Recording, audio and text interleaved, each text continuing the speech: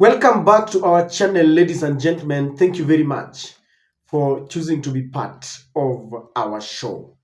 The Finance Bill 2024 is slowly becoming a thorn in the flesh to the Ruto government. It is the subject of discussion in all the political quarters and it is grabbing headlines. Apparently, many experts have even alleged that the fallout between William Samoei Ruto and his deputy is part of the plan to divert the people's attentions from the real elephant in the room, which is now the Finance Bill 2024, that apparently contains certain levies and taxes that are not going to be very pleasant to Kenyans. Now, one thing that must not be forgotten, even from the onset as we begin this analysis, is that part of the levies and taxes are the demands and the dictates from the IMF, International Monetary Fund. When they give William Ruto loan, it must come with conditions. And one of the conditions were that William Ruto had to abandon all the subsidies and increase taxes. It is placing William Ruto in a very precarious situation because William Ruto is the chief hustler. At least that is according to his campaigns when he was telling Kenyans that he would form a government that was going to be very friendly to the hustlers. Now he has to please the hustlers and please the IMF. In this case, he has decided that he's going to please the IMF. Let us look at what happened in the Finance Bill 2023 when they were passing the Finance Bill 2023. A lot happened. In fact, if you look at what the situation, the political situation when the parliamentarians were passing the Finance Bill 2023 and compare it to what is happening now, during last year, when William Ruto rallied the MPs, the Kenya Kwanza MPs, to pass the Finance Bill 2023, they were in good terms. Kenya Kwanza and of course UDA was reading from the same page. And it was Rigathi Gachagua who rallied the Mount Kenya voters to support the Finance Bill 2023 wholeheartedly. And Gachagua warned the opposition not to even dream of going against or opposing this bill. Today, as people approach the discussion on the Finance Bill 2024, the UDA house is burning. It is not reading from the same page. There are members who are allied to Rigathi Gachagua, other members are allied to William Samoei Ruto. And William Ruto is not very sure whether he can count on all the votes from the members of parliament in the mountain. The aftermath of the Finance Bill 2023 became very venomous because the avocado farmers from Mount Kenya started crying foul, and they were blaming their members of parliament who supported this bill, and they felt that the members of parliament did not take into account their interest. They supported it blindly because they wanted to show the opposition that they had the numbers.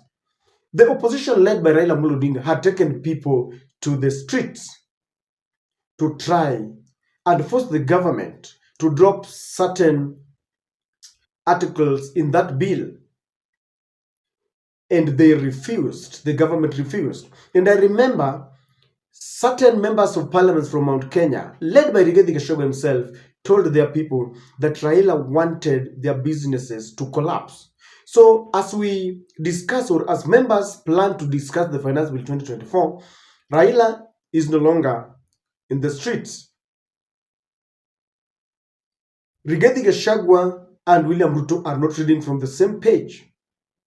And I remember some members of parliament admitted that they did not even read the clauses in that bill.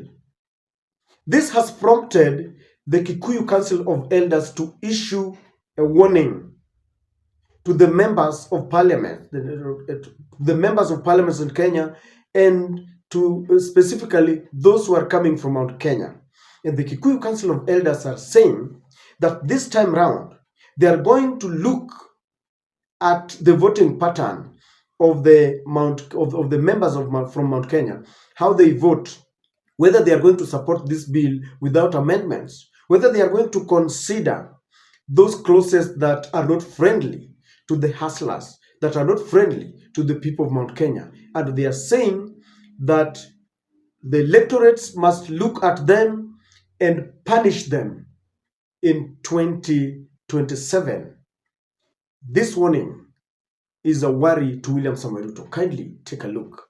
Kabisa sisi kama wazee tuseme tunatarajia wale watu wetu ambao wako na ujuzi wa kiuchumi wameongea na tunawasikiza vizuri sana. Tumewasikiza na tunawaambia wajumbe wa Kenya wote mahali popote, na hasa wajumbe ambao sisi tumechagua, maana hawa tunaweza kuwapatia mawaidha ama instructions. Muende mkague hiyo bill, musikaende mkapitisha bili ambaye ama sheria ambaye itaumiza jamii, ambayo itaumiza wanyonge. Mkumbuke wale ambao waliwachagua ili wawakilishe na wawakilishe kwa njia mzuri. Kwa hivyo kama maneno ambao tulisikia mwaka jana ati sisi hatukusoma bili, hatuwezi kukubali tena kusikia mambo kama hayo. Na tunawakumbusha watu wetu wasikize sana na waangalie sana, wawe macho, wachunguze mienendo na voting pattern ya wajumbe wale ambao wamechagua juu ya hii bill na vile wataona, ili tusiwe na shida ingine kama ambavyo tumekuwa nayo ya finance bill. So those are the members of the Kikuyu Council of Elders, and I know that their sentiments carries their aspiration and thoughts and feelings of very many Kenyans, and this is really going to worry William Samoei Ruto. But one person who is at the center of the Finance Bill 2023 is Rigathi Gachagua. And many people are waiting to see how he's going to react to the instructions and warning from the Kikuyu Council of Elders, and how he's going to maneuver himself, because this is happening at a time when Rigathi Gachagua is positioning himself as the undisputed spokesperson from Mount Kenya. And I want us to look at just 3 questions, 3 scenarios that people are trying to look at in regards to Rigathi Gachagua and his style of politics. Allow me to request you to subscribe to our channel if you're watching us for the first time. Click the notification bell to allow YouTube to notify you. To all our subscribers, thank you very much for your unwavering support. Ladies and gentlemen, William Ruto is a worried man because he's not sure whether Rigathi Gachagua is going to help him whip the Mount Kenya members of parliament to vote in support of this bill. Remember last time when Rigathi Gachagua rallied the support of all the Mount Kenya leaders to support the Finance Bill 2023. Later, Rigathi Gachagua regretted openly, and he said that he was going to engage William Ruto in a discussion to ensure that they dropped certain levies and taxes, especially as far as the avocado farmers were concerned. In fact, I remember Rigathi Gachagua even went ahead and formed a certain committee, a caucus, that was going to look into the problems and predicaments of the avocado farmers. Based on those facts, people are asking, will Rigathi Gachagua still rally the Mount Kenya members of parliament to vote in favor of this bill? The bill that is obviously very injurious to the hustlers.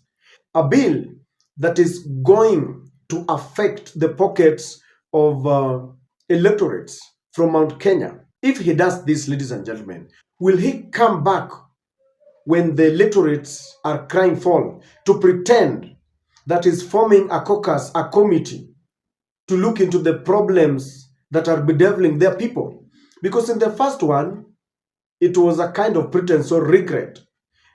After supporting the bill, he came back and they were meeting the electorates, the voters from Mount Kenya. They were even chasing away staff from the KRA who went there just to help them on how to use the e-teams, the electronic mode of payment to the KRA. And I remember Gathoni Mushomba told Rigathi Gachagua that if you are real, together with the members of parliament who were opposing, were now telling the farmers that, the levies are not good for you, Gathoni Mushomba told them, take that bill to parliament, take it back so that people can discuss it. So this time round, Rigathi Gachagua finds himself in a dilemma between a rock and a hard place. Will he support the bill? Because he's the deputy party leader of the UDA. He is the deputy president of Kenya. He has to support the president. But while he's doing that, there are people are also watching very keenly, having cried foul. They regretted why they supported the Finance Bill 2023. Will he? That is one question that many experts are asking. And if he supports, what will be the repercussion now that he wants to endear himself to the Mount Kenya electorate? He wants to become the ultimate spokesperson, the kingpin in Mount Kenya. The very people he wants to support him to be the kingpin, the very people he's saying he's championing their interest, are the people who are saying, we don't want this bill, we don't like the taxes. What will Gachagua do? Number two, in the event that he does not support this bill, will he have the courage of coming directly and to oppose it? Because I know William Ruto will call for a parliamentary, Kenya Kwanza parliamentary group, where they will discuss and they will have a common position that they are going to support this bill. In the event that this happens, what will Rigathi Gachagua do? And if he decides to go against this bill and says that I am listening to my people do not want this bill, if you are not going to amend it to be friendly to our electorates, then so be it. What will be the repercussion? What is going to be the relationship between himself and William Samoei Ruto? Because I know he can also decide that he's rallying those who are listening to him, the members of parliament who are listening to him, so that they can side with the opposition members of parliament to thwart this bill, waiangushe. Then what will happen? Remember, they are tied at the joints. The new constitution does not allow William Samoei Ruto to kick him out. Remember what happened between Ruto then when he was a deputy president and his boss Uhuru Kenyatta then as a president. He was causing havoc and mayhem in government, but there was nothing Uhuru could do. So even if Rigathi Gachagua decides that he's going to go against, he's going to defy William Ruto, and they vote against this bill, there's nothing William Ruto will do. In any case, some people will be very happy and they will say, Rigiji is the man. So that is another question that people are asking. From where you stand, what do you think Rigathi Gachagua should do? Because the Kikuyu Council of Elders have spoken and they are not mincing their words. The Rigathi Gachagua finds himself in a very precarious position, a situation. The people are telling them, you supported a very wrong bill. Now a second one has come. What will Rigathi Gachagua do? Ladies and gentlemen, he finds himself in a fix. And this might widen the cracks and the rift between William Ruto and Rigathi Gachagua. We wait and see how he's going to maneuver himself. And this is where the political wisdom is wanted. We want to see how wise Rigathi Gachagua is and how he's going to maneuver himself to ensure that he pleases both the electorates and his boss William Samoei Ruto.